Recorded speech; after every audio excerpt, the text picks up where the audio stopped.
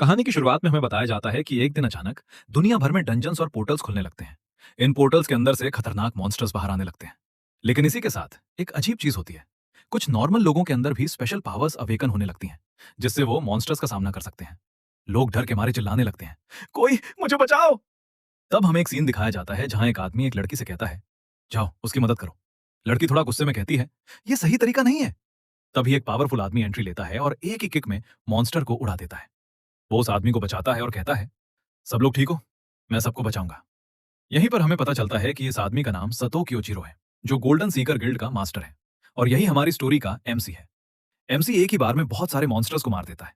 एक आदमी हैरान होकर कहता है, ये इतने सारे मॉन्स्टर्स को एक बार में कैसे मार सकता है। तब एक लड़की बताती है, इसके पास टाइम मैजिक है, ये फ्यूचर देख सकता है। और फिर वो कहती है, सच में, ये खुद एक मॉन्स्टर है। एमसी के पीछे उसकी टीम खड़ी होती है। एमसी कहता है, मुझे इस पोर्टल को सील करना होगा। लेकिन तभी उसके पीछे से कोई उसे धक्का दे देता है और एमसी पोर्टल के अंदर गिर जाता है। पोर्टल के अंदर जाकर एमसी शॉक हो जाता है। ये क्या हुआ, मैं अपना फ्यूचर नहीं देख पा रहा। जिसने उसे धक्का दिया था वो उसके अपने टीममेट्स थे, जिन्हें वो अपनी फैमिली मानता था। एमसी उनसे पूछता है, तुम सबने मेरे साथ ऐसा क्यों किया। पीले बालों वाला आदमी कहता है, तुम लेवल 100 के टाइम मैजिक के साथ खुद एक मॉन्स्टर हो। एक लड़की बोलती है, तुम्हारे होते हुए हम पैसे कमा ही नहीं पाते। दूसरा आदमी कहता है, तुम हमेशा लोगों को बचाने में लगे रहते हो। तो दूसरा आदमी कहता है, आज तुम्हारी जिंदगी का आखिरी दिन है। एमसी बैरियर पर हाथ मारते हुए चिल्लाता है, मुझे बाहर निकालो। अंदर ही अंदर सोचता है, इन्होंने मेरे साथ ऐसा क्यों किया। तभी उसके पीछे 3 बड़े मॉन्स्टर्स आ जाते हैं। एमसी उन्हें एक ही स्ट्राइक में खत्म कर देता है। फिर वो अपना फ्यूचर देखने की कोशिश करता है, लेकिन हर फ्यूचर में वो बच नहीं पा रहा होता। एमसी कहता है, तो क्या मैं यहां से कभी बाहर नहीं निकल पाऊंगा। तभी चारों तरफ से मॉन्स्टर्स उस पर अटैक कर देते हैं। एमसी भी अपनी पूरी पावर लगा देता है, लेकिन सिचुएशन होपलेस हो जाती है। आखिर में एमसी कहता है, मैं अपना फ्यूचर नहीं बदल सकता, मेरे पास कोई चॉइस नहीं है, शायद मुझे यहीं मरना पड़ेगा। लेकिन एक ऑप्शन है, री इनकारनेशन। वो डिसाइड करता है, मैं दोबारा री इनकारनेशन लूंगा, स्ट्रांग बनूंगा और सबसे बदला लूंगा। फिर वो री इनकारनेशन प्रोसेस स्टार्ट करता है। उसके हाथों से एक ब्राइट लाइट बीम निकलती है। प्रोसेस बहुत पेनफुल होता है, लेकिन फाइनली वो सक्सेसफुली किसी और बॉडी में री इनकारनेट हो जाता है। उसकी आंख खुलती है, वो हॉस्पिटल के बेड पर होता है। वो उठकर मिरर में अपना चेहरा देखता है और कहता है, सक्सेस, मैं री इनकारनेट हो गया। फिर वो समझता है कि 100 साल बीत चुके हैं। तब उसे एक आईडी कार्ड मिलता है। इस बॉडी का ओनर 20 साल का लड़का था। उसका नाम असाई होता है। एमसी सोचता है, पिछले जन्म में मैं टाइम मैजिक के साथ बहुत पावरफुल था, लेकिन मेरी एक लिमिट थी। फिर वो कहता है, मुझे इस बॉडी के ओरिजिनल ओनर के लिए बुरा लग रहा है। इतना रेयर एट्रीब्यूट होने के बाद भी वो उसे यूज नहीं कर पाया। इस बॉडी का एट्रीब्यूट है वॉइड एट्रीब्यूट, और वो भी लेवल 1। एमसी मुस्कुराता है और कहता है, मुझे पता है इस वॉइड एट्रीब्यूट को कैसे यूज करना है, और मैं दुनिया में सबसे पावरफुल बनूंगा। और आखिर में वो कहता है, मैं सब ट्रेटर्स से अपना बदला जरूर लूंगा। अगला सीन की स्टार्ट होता है हॉस्पिटल के एक रूम से, जहां एमसी हॉस्पिटल बेड पर लेटा होता है। उसके दिमाग में कुछ और ही चल रहा होता है। एमसी सोचता है, लोग कहते हैं इमेजिनेशन सिर्फ सोचने के लिए होती है, लेकिन अगर सोची हुई चीज रियलिटी बन जाए तो। वो अपनी आंखें बंद करता है और अपनी बॉडी को इमेजिन करता है। एमसी कहता है, इमेजिन करना सब कर सकते हैं, पर उस इमेजिनेशन को रियलिटी में बदलना, वही असली पावर है। अचानक उसकी बॉडी के अंदर एक गोल्डन मैजिक एनर्जी फ्लो होने लगती है। ब्रोकन बोन्स क्रैक साउंड के साथ सही होने लगते हैं। वोन्स हील होने लगते हैं। हर एक सेल, हर एक बोन जैसे गोल्डन लाइट से रिपेयर हो रहा हो। डॉक्टर शॉक में रूम के अंदर आता है और कहता है, ये ये कैसे पॉसिबल है।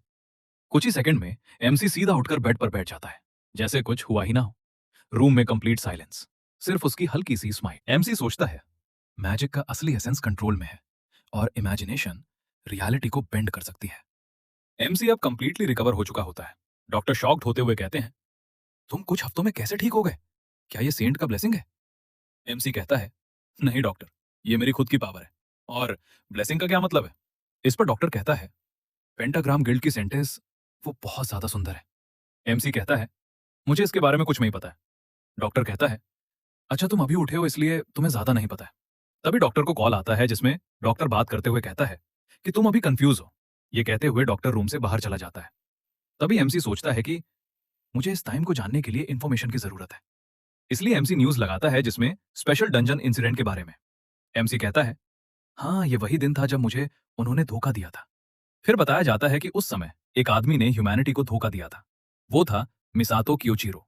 एमसी हैरानी में कहता है, क्या मैं फिर न्यूज में बताते हैं कि मिसातो सीकर गिल्ड का गिल्ड मास्टर था, जिसने पहले ही टाइम मैजिक से यह पता लगा लिया था कि स्पेशल डंजन कब आएगा। लेकिन उसने ये किसी को नहीं बताया और खुद ही राजा बनने की सोची। ये बात सीकर गिल्ड के मेंबर्स को पहले ही पता चल गई थी, इसलिए गिल्ड मेंबर्स ने मिसातो को रोका। काफी ज्यादा लंबी फाइट के बाद मिसातो आखिरकार हार गया। इसके बाद सीकर गिल्ड के मेंबर्स पूरी दुनिया में फेमस हो गए, जिन्होंने स्पेशल डंजन को सील किया था। इस प्रसिद्धि के बाद सीकर गिल्ड के हर मेंबर अपनी अलग अलग एबिलिटी के साथ अलग अलग देशों में अपना खुद का रीजन बना रहे हैं। एमसी कहता है, इन लोगों ने ना ही मुझे धोखा दिया, बल्कि मेरी दुनिया के सामने इज्जत मिट्टी में मिलाकर रख दी और मेरी सभी चीजों को मुझसे छीन लिया। ये सब बोलते हुए वो बहुत ज्यादा मर्डरर इंटेंट दिखा रहा था। एमसी इसके बाद टीवी रिमोट को टेबल में रखता है और फोन में कुछ देखता है और खुश हो जाता है। एमसी कहता है, मुझे उनमें से एक मिल गया जिन्होंने मुझे धोखा दिया था। तब हमें पता चलता है कि उसका नाम पेंटाग्राम सेंटेस इवाको हिदेकी है। और एमसी कहता है कि मैं जैसे ही उठा मुझे धोखेबाजों में से एक मिल जाता है, लेकिन मुझे अभी शांति से काम लेना होगा और लो प्रोफाइल रहना होगा, क्योंकि अभी लेवल का डिफरेंस बहुत ज्यादा है। इसलिए मुझे अपना लेवल बढ़ाना होगा। इसके बाद ही मैं उनसे बदला लूंगा। अभी मुझे लेवल बढ़ाने पर ध्यान देना चाहिए। कुछ वीक का टाइम निकल जाता है। उसके बाद एमसी को दिखाते हैं, जो मिरर के पास अपने आप को देखकर कहता है, ऑलराइट, मैं फुल रिकवर हो गया हूं। एमसी को देख डॉक्टर कहता है कि यकीन नहीं होता है कि तुम पूरी तरह से रिकवर हो गए हो। एमसी डॉक्टर को कहता है कि मेरा इतना ध्यान रखने के लिए थैंक्स। और ये कहते हुए एमसी रूम से बाहर निकल जाता है। निकलता ही उसकी आंखों में एक नया गोल क्लियर होता है। एमसी सोचता है, अब प्रिपरेशंस कंप्लीट है, टाइम है स्ट्रांग बनने का। एमसी कहता है कि मैंने डॉक्टर से सुना था कि इस बॉडी के ओनर के फैमिली मेंबर्स पहले ही एक्सीडेंट में मर चुके हैं। ये मेरे लिए ही अच्छा है। फिर एमसी एक मास्क पहनकर एक बड़े से गेट के सामने खड़ा हो जाता है और कहता है, यही है डंजन एंट्रेंस। और डंजन के अंदर जाने लगता है। तभी एक आदमी उसे रोकता है और कहता है, तुम लेवल 27 हो, यहां मिनिमम लेवल 30 चाहिए, और वो भी टीम के साथ। तभी एमसी को 3 लोग देखते हैं। एमसी भी उन्हें देखता है।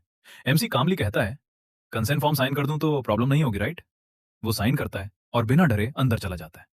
फिर वो 3 लड़के आपस में बात करते हैं कि चलो हम उसके पीछे चलते हैं, और वो तेजी से एमसी के पीछे करने के लिए चले जाते हैं। फिर 10 मिनट बाद वो लोग एमसी को फाइनली देख लेते हैं। एमसी की तरफ बहुत से मॉन्स्टर्स अटैक करने के लिए आते हैं। एमसी अपनी पावर्स को ऑन करने लगता है और एक फायर स्लैश से सामने आ रहे मॉन्स्टर इंटेंसली मार देता है। एमसी अपने हाथ में विंड मैजिक ऑन करके फायर मैजिक के साथ अटैक कर देता है। विंड और फायर के कॉम्बिनेशन अटैक से आगे आ रहे हर मॉन्स्टर राख में बदल गए। लड़के एमसी को देख शॉक हो जाते हैं और एमसी शांत खड़ा होता है। उन लड़कों में से एक कहता है, उसने अकेले ही बहुत से मॉन्स्टर्स को मार दिया। फिर उनकी नजर पड़ती है एक रेयर आइटम ड्रॉप पर। लालच उनकी आंखों में भर जाती है और पर्पल बालों वाला कहता है, परफेक्ट, आइटम भी हमारा और लड़का भी खत्म। जब एमसी अपनी लूट को उठा ही रहा होता है, तभी वो लड़के एक साथ अटैक करते हैं। 2 लोग अलग अलग होकर अटैक करते हैं और पर्पल बालों वाला सामने से अटैक करता है। क्लैंग, उनका अटैक ब्लॉक हो जाता है। एमसी बिना पीछे देखे ही बच जाता है। ये कैसे पॉसिबल है? एमसी धीरे से मुड़ता है। उसकी आंखों में जीरो फियर, सिर्फ एक ठंडी स्माइल। वो अपनी पावर्स को ऑन करता है।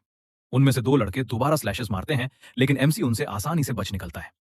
तभी पर्पल बालों वाला लड़का एमसी के पीछे से फ्लेम अटैक करता है।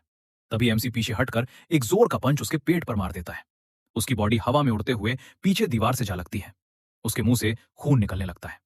इसे देख एमसी कहता है, अरे यार, तुम लोगों को सच में लगा तुम स्मार्ट हो। हर जमाने में तुम जैसे घटिया लोग होते हैं।